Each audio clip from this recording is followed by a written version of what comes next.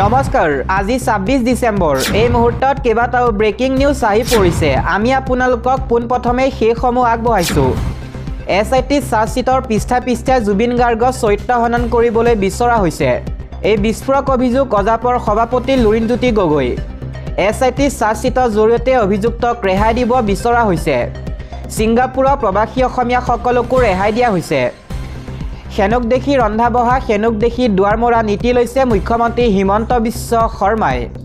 মুখ্যমন্ত্ৰীয়ে কৈছে জুবিনৰ হত্যা হৈছে কিন্তু তাৰ বিপৰীতে ছিংগাপুৰ আৰক্ষীয়ে স্বাভাৱিক মৃত্যু হৈছে বুলি কৈছে জুবিনৰ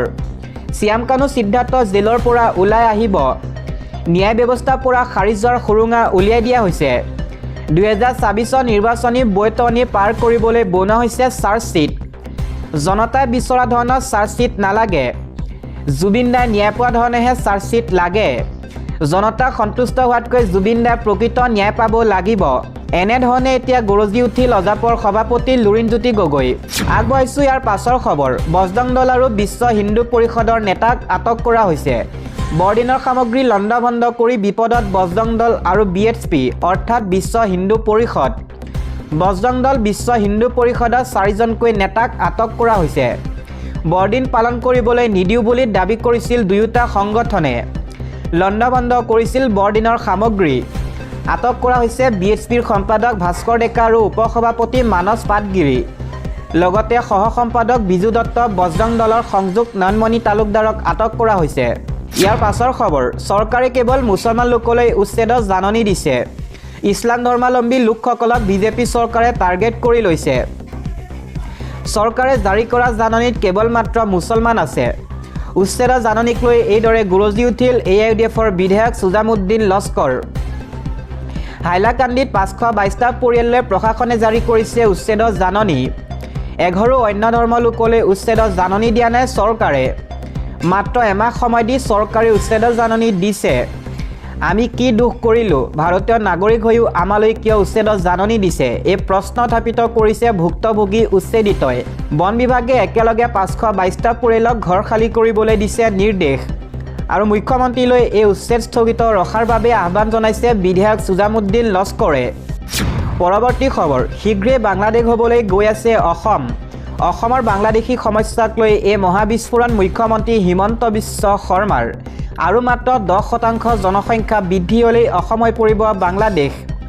অসমৰ পৰিস্থিতিক লৈ গভীৰ উদ্বেগ প্ৰকাশ কৰিছে মুখ্যমন্ত্ৰী হিমন্ত বিশ্ব শৰ্মাই মুঠ জনসংখ্যাৰ 40%ই বাংলাদেশীৰে ভৰি আছে অসম আৰু মাত্ৰ 10% বাঢ়িলেই অসম নিজে নিজে বাংলাদেশত সোমাই যাব এই সমস্যাৰ বাবে মই 5 বছৰে চিঞৰি আছোঁ তথ্যখিনি দিলোঁ কিদৰে বিবেচনা কৰে সেয়া আপোনালোকৰ সিদ্ধান্ত উত্তৰ পূৰ্বাঞ্চল অসমক বাংলাদেশত অন্তৰ্ভুক্তৰ বিষয়ক লৈ এই মন্তব্য মুখ্যমন্ত্ৰী বাংলাদেশী মূলৰ মানুহক যিয়ে ভাড়া দিছে তেওঁলোকক আমি প্ৰশ্ন কৰিব লাগে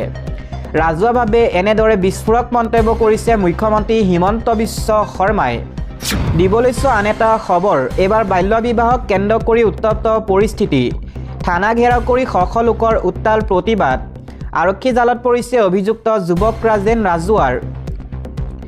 এগৰাকী নাবালিকা কিশোৰীক বলপূৰ্বক বিবাহৰ পাছতেই অশান্ত হৈ পৰে পৰিস্থিতি কালাইন বাগানৰ কিশোৰীগৰাকীক ৰাজেনে বলপূৰ্বকভাৱে বিবাহৰ অভিযোগ ৰাইজৰ উত্তাল প্ৰতিবাদৰ পিছতে গা লৰিল আৰক্ষীৰ ৰাজেন ৰাজুৱাৰ নামৰ এজন যুৱকক আটকৰ পাছতেই শান্ত হয় পৰিস্থিতি সমগ্ৰ ঘটনাক লৈ কিশোৰীগৰাকী পৰিয়ালে দাখিল কৰে এজাহাৰ পৰিয়ালৰ এজাহাৰৰ পিছতো আৰক্ষীয়ে কোনো ব্যৱস্থা নোলোৱাৰ অভিযোগ উত্থাপন হৈছিল আৰু তাৰ পাছতে অভিযুক্তৰ বিৰুদ্ধে আৰক্ষীয়ে ব্যৱস্থা নোলোৱাত ক্ষুব্ধ হৈ পৰে পৰিয়াল অঞ্চলবাসী ৰাইজ ক্ষুব্ধ পৰিয়ালৰ লোক অঞ্চলবাসী ৰাইজে ঘেৰাও কৰে কালাইন থানা ৰাইজৰ হেঁচাত গা লৰিল আৰক্ষীৰ তাৎক্ষণিকভাৱে আৰক্ষী জালত পৰে অভিযুক্ত পৰৱৰ্তী সময়ত আৰক্ষীয়ে উদ্ধাৰ কৰে নাবালিকা কিশোৰীগৰাকীক যুৱকজনে বলপূৰ্বকভাৱে বিয়া কৰা অভিযোগ পৰিয়াল আৰু ৰাইজৰ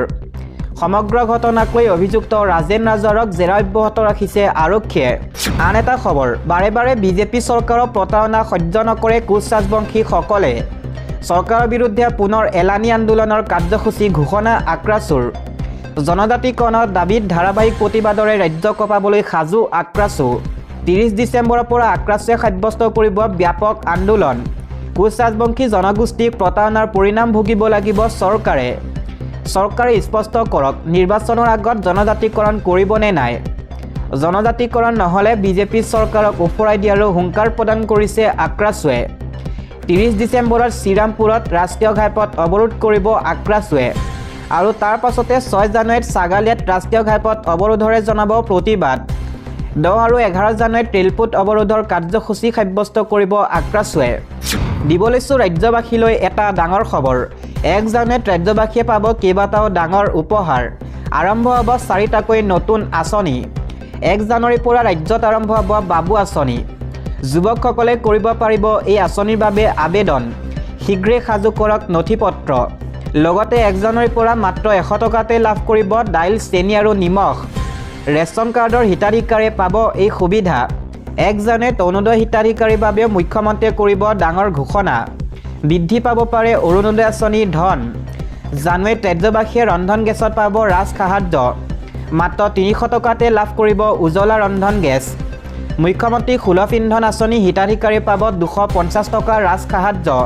দিব লৈছোঁ আন এটা খবৰ কাৰ্বি আংলঙক ATM হিচাপে ব্যৱহাৰ কৰিছে চৰকাৰে এই মন্তব্য কৰিছে লুৰিণজ্যোতি গগৈয়ে পশ্চিম কাৰ্বি আংলঙৰ খেৰণী বজাৰ অঞ্চলত সংঘটিত হোৱা দুৰ্ভাগ্যজনক আৰু হিংসাত্মক ঘটনাক লৈ প্ৰতিক্ৰিয়া প্ৰকাশ কৰিছে অসম জাতীয় পৰিষদৰ সভাপতি লুৰিণজ্যোতি গগৈয়ে খেৰণীৰ শেহতীয়া পৰিস্থিতিক অত্যন্ত উদ্বেগজনক বুলি অভিহিত কৰে লুৰিণজ্যোতি গগৈয়ে চৰকাৰক কঠোৰ ভাষাৰে সমালোচনা কৰে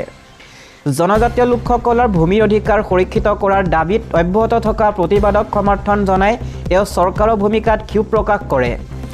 তেওঁ কয় জনজাতীয় লোকসকলৰ ভূমি অধিকাৰ আন শক্তিয়ে কাহিনীব বুলি থকা শংকা এতিয়া বাস্তৱত পৰিণত হ'বলৈ ধৰিছে চৰকাৰে বিভিন্ন ব্যক্তিগত কোম্পানীক জনজাতীয় ভূমি গতাই দিয়াৰ যি প্ৰক্ৰিয়া আৰম্ভ কৰিছে তাৰ বাবে খিলঞ্জীয়া লোকসকল চিন্তিত হৈ পৰিছে মুখ্যমন্ত্ৰী ডক্টৰ হিমন্ত বিশ্ব শৰ্মা আৰু কাৰ্বি আংলং স্বায়ত্তশাসিত পৰিষদৰ মুখ্য কাৰ্যবাহী সদস্য তুলিৰাম ৰংহাঙক পোনপটীয়াকৈ লক্ষ্য কৰি গগৈয়ে কয় যে বিজেপি নেতৃত্বাধীন চৰকাৰখনে কাৰ্বি আংলঙক কেৱল এখন ATM হিচাপেহে ব্যৱহাৰ কৰি আহিছে তেওঁ অভিযোগ কৰে যে কাৰ্বি পাহাৰৰ সম্পদসমূহ লুণ্ঠন কৰাত চৰকাৰ ব্যস্ত কিন্তু তাৰ পৰিৱৰ্তে স্থানীয় জনজাতীয় লোকসকলৰ সুৰক্ষাৰ বাবে একোৱেই কৰা নাই কাৰ্বি আংলঙৰ ভূমিত দীৰ্ঘদিন ধৰি চলি থকা বেদখল উচ্ছেদ কৰাৰ ক্ষেত্ৰত চৰকাৰে কোনো গুৰুত্ব নিদিয়াৰ বাবে আজি পৰিস্থিতি ভয়াৱহ হৈ পৰিছে এই সমগ্ৰ পৰিস্থিতিৰ বাবে পোনপটীয়াকৈ মুখ্যমন্ত্ৰীক জগৰীয়া কৰে চৰকাৰৰ অদূৰদৰ্শিতাৰ বাবে আজি ৰাইজ ৰাজপথলৈ ওলাই আহিবলৈ বাধ্য হৈছে বুলিও তেওঁ মন্তব্য কৰে পৰিস্থিতি অধিক অৱনতি নহ'বলৈ শ্ৰী গগৈয়ে চৰকাৰক আহ্বান জনায় যে এই জটিল বিষয়টো অতি শীঘ্ৰে গণতান্ত্ৰিক পদ্ধতিৰে সমাধান কৰিব লাগে তেওঁ কয় আমি নিবিচাৰোঁ যে কোনো ধৰণৰ হিংসাত্মক ঘটনা বা উত্তেজনা সৃষ্টি হওক চৰকাৰে ৰাইজৰ আৱেগ আৰু ভূমি অধিকাৰক সন্মান জনাই আলোচনাৰ মাজেৰে সমস্যা সমাধান কৰিব লাগে উল্লেখযোগ্য যে কাৰ্বি আংলঙৰ স্থানীয় ৰাইজে নিজৰ অস্তিত্ব আৰু ভূমি সুৰক্ষাৰ বাবে ধাৰাবাহিকভাৱে প্ৰতিবাদ সাব্যস্ত কৰি আহিছে বিৰোধী দলসমূহৰ মতে যদিহে চৰকাৰে সময়মতে ভূমি বেদখলমুক্ত নকৰে আৰু খিলঞ্জীয়া স্বাৰ্থ সুৰক্ষিত নকৰে তেন্তে এই আন্দোলনে অধিক ভয়াৱহ ৰূপ ধাৰণ কৰাৰ সম্ভাৱনা আছে